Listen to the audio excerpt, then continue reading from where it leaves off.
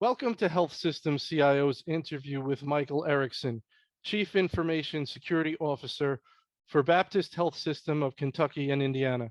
I'm Anthony Guerra, founder and editor-in-chief. Michael, thanks for joining me. Thanks for having me, Anthony. Good morning. All right, very good, Michael. I like to start these interviews off by asking you about your career journey.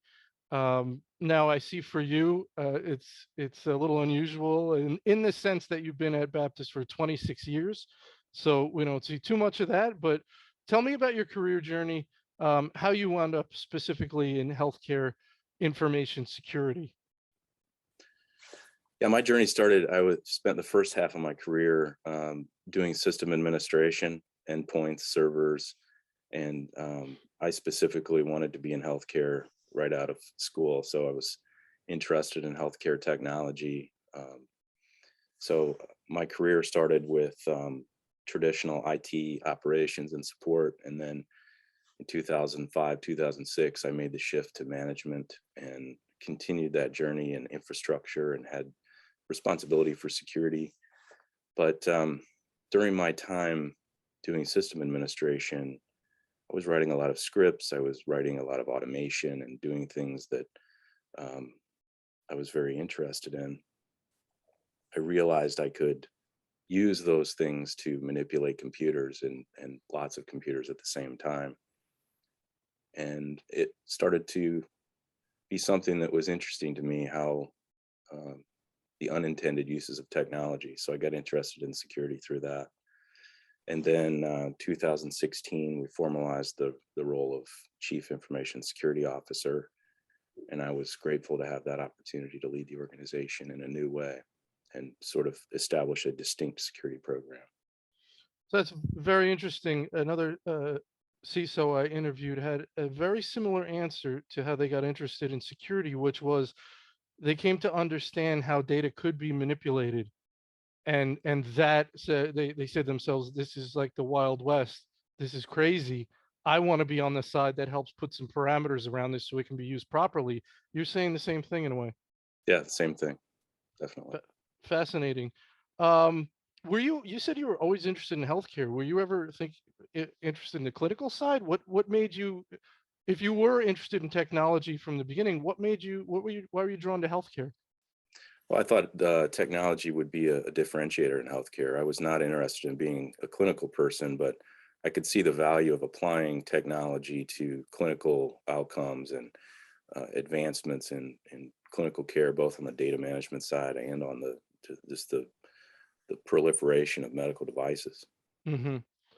And we've seen a lot of folks, security folks, have come from the infrastructure side. Some say that's because there wasn't a hard security discipline, 20 years ago. That it's sort of evolved naturally from infrastructure network work. Does that make sense? It does, and I think security's been part of our jobs in the infrastructure world for a long time too. So yeah, I think it's a natural fit. All right, very good. So the genesis of this interview was a release that came out that you're doing work with a company called Sepio. We'll get into that a little more. I want to build the framework around what you're doing with them and the larger issue. It's very interesting to me. Here are some of the phrases in the release: hardware security related risks, physical layer vulnerabilities, weaknesses in physical security controls. This is a very specific type of security we're talking about. We've talked a lot about medical device security, but this sounds like the larger issue, the larger umbrella issue we're talking about, of which medical device security is a component. Is that correct? It is definitely. Okay. Tell me, just explain this issue to me at a high level, this larger umbrella issue again. Okay. Well, let's start with two of the main risks that we have in the industry right now. Two things: social engineering is still a big risk that we're managing, and vulnerability management or configuration management. So it really ties into those themes. We've been doing quite a bit with phishing and people education and awareness, and trying to help people understand those types of threats. And on the technical side, we've been spending a lot of energy with asset management, inventory, vulnerability management, patching, all of those things to try to make sure that all of those opportunities are closed. But if you think about the next generation of attacks, as things get smaller and more sophisticated in technology for all of the good reasons that we're doing things with medical devices and IoT, attack tools are getting more sophisticated and smaller. And those tools in an environment can be a mechanism to launch an intrusion in a company, just like a phishing message can. So in this case with CISO, we were looking for a product or a service that could help us identify things before they take any action. We were looking at this problem from, we're an organization with 400 clinical locations. It's a public institution for taking care of our patients. So what if one of those devices wandered into our organization accidentally or on purpose? In a lot of ways in our field, we're monitoring the activity of things connected to our networks. Right. But if you have an attack tool that's designed to actually look like or simulate or impersonate something that's relatively benign, and it's in your environment and it's not doing anything, it's very difficult to know that it's there. So CISO has this technology that's actually fingerprinting things down to the peripheral device, mice, keyboards, everything. And they're able to understand if that device has anything embedded in it or an extra chipset or something that may not be what it poses to be or what it's designed to do. Does that help? Yeah, it does. So the fascinating thing here is we're talking about physical devices, Mhm. right? Things you can hold in your hand. Correct. So when I had been talking with people about medical device security, we're talking about ensuring the security of the medical devices that the hospital has purchased. These are actual legit hospital devices that we're trying to protect from malware, correct? That's one Correct. area. Okay. Correct. So that's in one box or one bucket, right? That's there. Now you're talking about actually people, bad actors, physically getting how close? How close to in the hospital, in the physician practice? Or is that what we're talking about? They're inside, literally, with the physical device. That's the opportunity that we're trying to close. So think about it as anything within proximity to a medical device or any kind of other connected device in an organization. It doesn't have to be a hospital. So it could be a wireless device, or it could be a physical wired device that's maybe it's got a keylogger built into it, or it's got some sort of a you know keystroke injection mechanism. Anything that could be physically touching a device or in proximity to those devices. hmm Do you wind up, because we're talking about physical things, do we wind up as a CISO having more conversations with physical security, the people in charge of the physical security of the organization? We do, and we have at our organization we have a very robust enterprise risk management function, and that's cybersecurity is a part of that function. So physical security is a natural fit there. And can you tell me about some of those discussions, some of those interactions? Who's the key person? What's their title? That not the name, I don't need the name, but the title, just so people understand. If you could give any advice about those conversations CISOs should be having. Yeah, think about it as a team of people. It's not any one individual title, but this is also a theme in organizations is cybersecurity is a team sport. You have to have conversations with procurement, finance, physical security, the business leaders that are responsible for those different business units. It, it's a it requires that level of understanding of these types of problems so that everyone's aware and everyone's kind of understands the particular challenge you're trying to face. All right, very good. I want to read you one other sentence from the release that you can go into a little bit. Organizations may also fall prey to supply chain attacks, where criminals target specific organizations with rogue hardware brought into the facilities. That's what we discussed, Mhm. either deliberately or via unforeseen supply chain manipulations. Can you explain that to me a little more?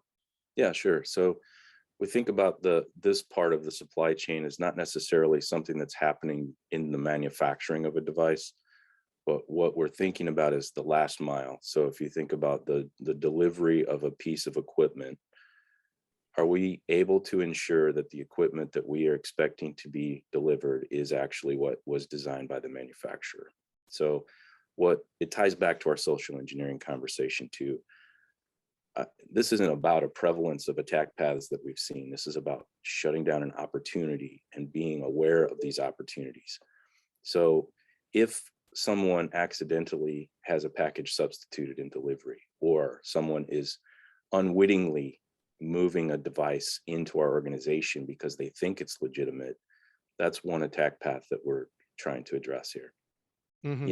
It's possible that someone is purposely trying to do that and wants to implant a device, but it's much more likely that someone is accidentally taking possession of something.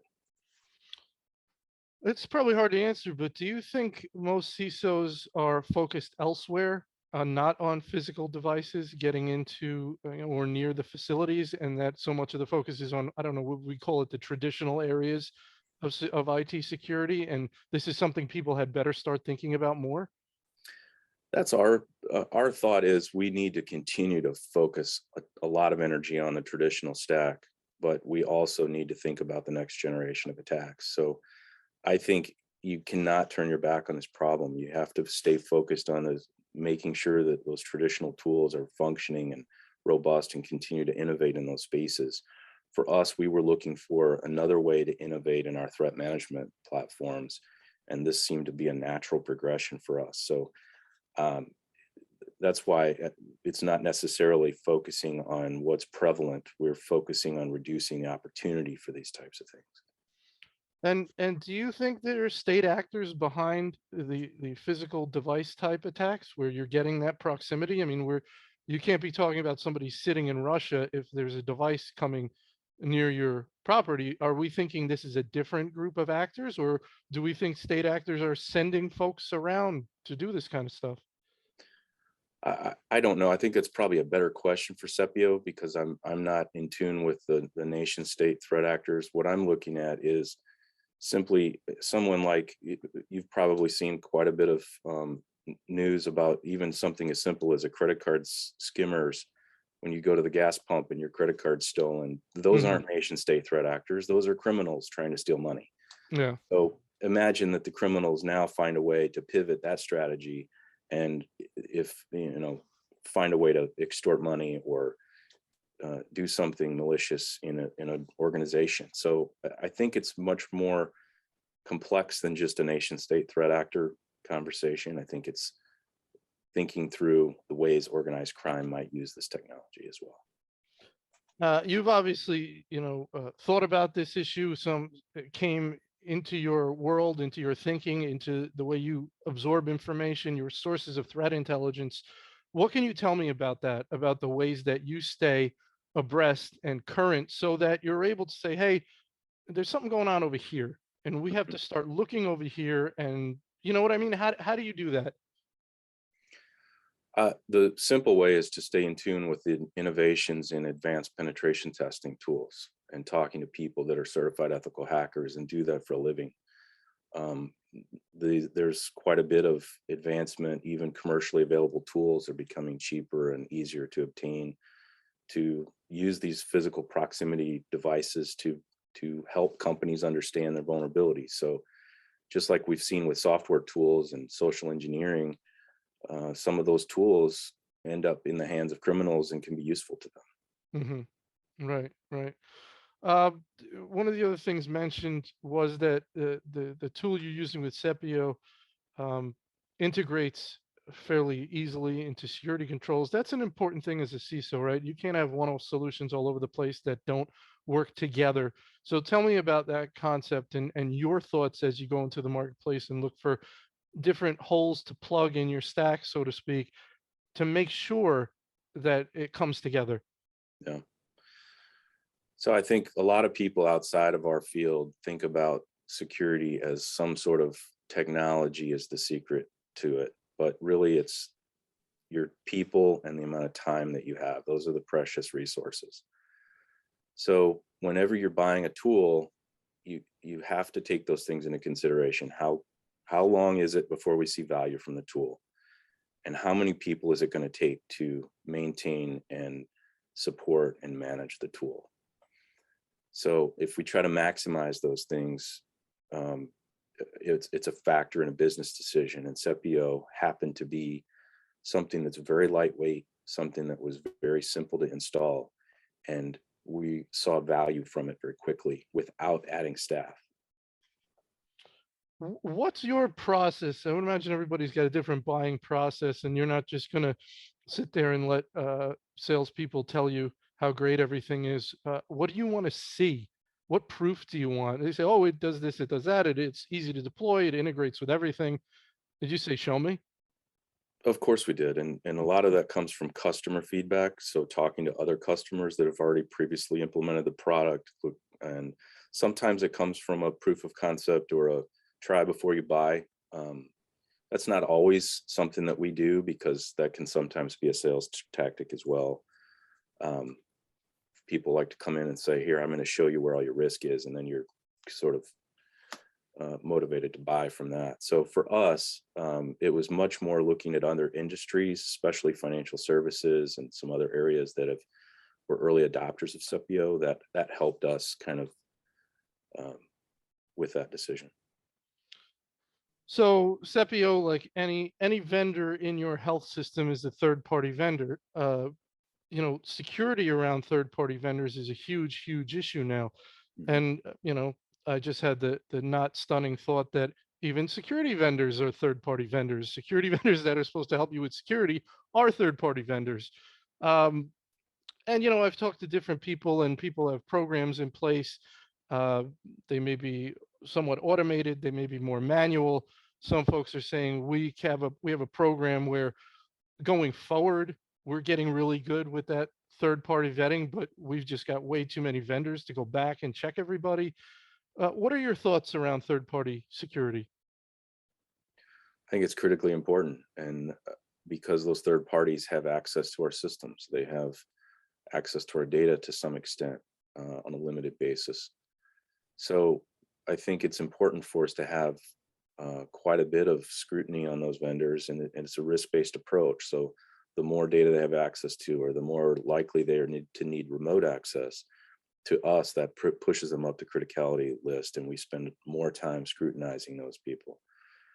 Um, but I think it's also helpful to think about them as an extension of your organization. So their security has an impact on your security. So I think in the future, you'll see more people adding that as a decision point, a Hmm. much more important decision for organizations selecting a vendor. I've heard some CISOs express some frustration with if you're going to come at me, you're going to try and sell to me. You say you've got this, you've got to have your house in order. You've got to have some certain stamps of approval. There's third parties out there that give you vendors stamps of approval. Have you been surprised maybe at some of the lack of security controls you've seen at third parties that want to work with you? No, it doesn't surprise me. We, I think it's something that is hard to manage and measure. So there's not a defined framework just yet. It's getting better, but it's difficult to say what is mature and who is secure. So those third parties may have the intent, they may be working very diligently on these things, and they don't pass certain people's expectations. But I think it's an industry problem. I think it's we collectively have to get better at understanding what is the assessment framework. How do you assess what is safe and secure? And if you have hundreds, thousands of third parties that you're working with, these are probably hundreds, um, and you do an assessment, that's a snapshot in time, right? So that 1 year from now, that kind of needs to be renewed and reviewed. There could be a change of leadership where a focus is lost and what was secure is no longer. So that makes it even more complex, right? It is, and I think there's some commercial products looking into continuous monitoring and trying to innovate in that space. I think we've got some there's some work to be done there, but for us, we do periodically go back to those vendors, and we are also using managed services so that if they're working with another client and they see an issue that we hadn't assessed in the last couple of months pop up with another client, we get an alert on that. So it's I think you have to have a team of people focused on this, and you have to be pretty diligent about these things. Let's talk a little bit about zero trust. Usually, when I ask healthcare CISOs about zero trust, they like it, they're interested in it, but they're a little intimidated by it. They say, "Oh, well, we're working towards it," but it's very aspirational at this point. Maybe a year, maybe 2 years, maybe 3 years. What are your thoughts around zero trust? As a concept, I think it's wonderful. I think it has to be applied at different layers of the organization, though. It's not one thing, and it's not one particular solution. So that's the only criticism I have about it is some people want it to be simple and linear. It's not. So it's really about authenticating people and things and making sure that you know what is intended to be used on your in your environment network wise. So with the proliferation of impersonations and people's, the attack paths that use an existing person's authentication or uses an authenticated device, it's zero trust is a big challenge, but it's a combination of things: network segmentation, two-factor authentication, different layers of control. CEPIO is part of our zero trust platform. I think it's going to be something that has to be plugged in at all layers of the organization. Mhm. One of the other areas that can be challenging for large organizations like yours is shadow IT, gray IT purchasing that happens without the traditional controls, doesn't come through you. Mhm, I know a lot of people, they're trying different ways to make sure that doesn't happen mhm, through finance, purchasing, contracting, all stopgaps where things get flagged and mhm. whoa, whoa, whoa, this needs a sign off from the CISO or from security. Um, Most people, again, sound like it's a work in progress, and not a lot feel, we've got this totally locked down. What are your thoughts? I think that's another value proposition for us working with a hardware access control like CEPIO, because let's say you've got a person who's new to the organization and they're cost conscious. They want to buy something that saves the company money. They may look to a refurbished piece of equipment, or they might want to use something that is a lower cost option, or buy something from an unauthorized vendor that they think they're doing the right thing. Or maybe you've got somebody who's trying to reuse an old piece of equipment. Their intentions are pure, but they may not understand the risk of that decision. So being able to monitor the existence of things and understand um, when that's happening is really important, not just on the software side. I think it's important on the hardware side as well. So we talked a lot about tools and technologies and things like that you're putting into place. Um, many say that you need a employee base, an organization that's has a good security culture, so people care. If people don't care, uh, doesn't matter all the tools you put in place, it's not going to help. You're going to have problems.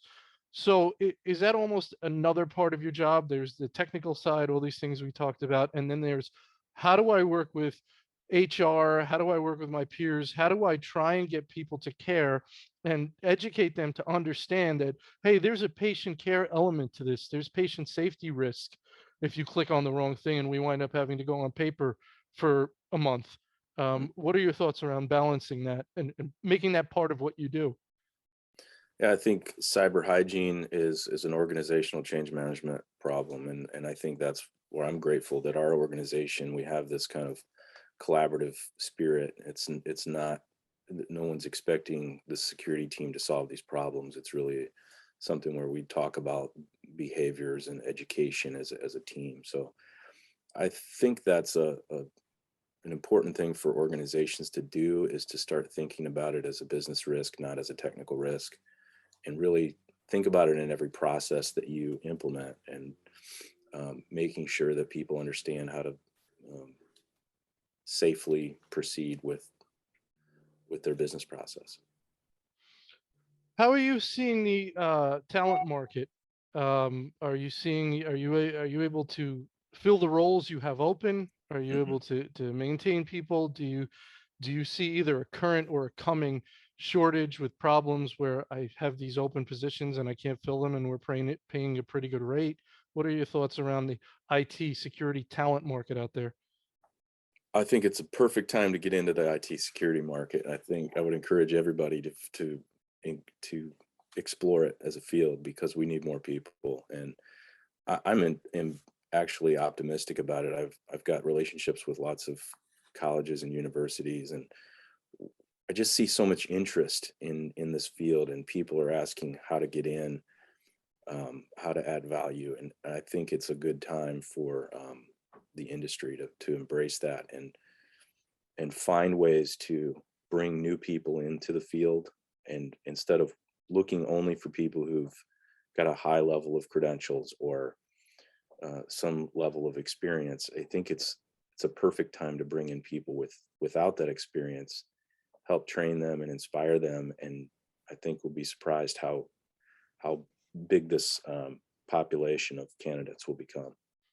Are there any key traits you're looking for in someone you're bringing in at that level who doesn't have the experience? But what do you want to see from them? We want people that care about the organization's mission and what we're doing. That's very important to us. We also want them to be very inquisitive. We want them to think about and understand the intended uses of technology, and also kind of um, understand the unintended uses of that technology. So um, we look for that kind of marriage of those two um, skill sets. We have a lot of CISO, as the name of our publication would indicate. We talk to a lot of CISOs and interview a lot of CISOs. I'm sorry, CIOs. So as a CISO, what would you say to our CIO readers about what CISOs need from CIOs to be successful? Well, first of all, I'd say thank you to all the CIOs, because it's not possible to function as a security team without having that strong relationship with the IT teams. It's a journey that we're on together. And so I would say CIOs embracing that role and saying, we are partners in this, and they can focus more of their energy on the intended uses of equipment and assets and technology. And CISOs can step in and help be responsible for managing the unintended uses of that technology. Very good. Do you have any final thought? Any final word of wisdom, piece of advice? Think of your when you answer this, I would say think of your CISO colleagues that maybe are not quite as haven't been as focused as the core issue we talked about today. Haven't, maybe real busy and just haven't had time to focus on that. What would be your best advice as you leave them today? I would just say stay open to new ideas, continue to think about and be inquisitive yourself. It's difficult to decide what to do and when to do it in this business, but I would just say stay inspired, stay focused, and embrace your business partnerships, because those are going to be your best allies in this fight. All right, Michael, thank you so much for your time today. I really appreciate it. It's great spending time with you, Anthony. Thank you.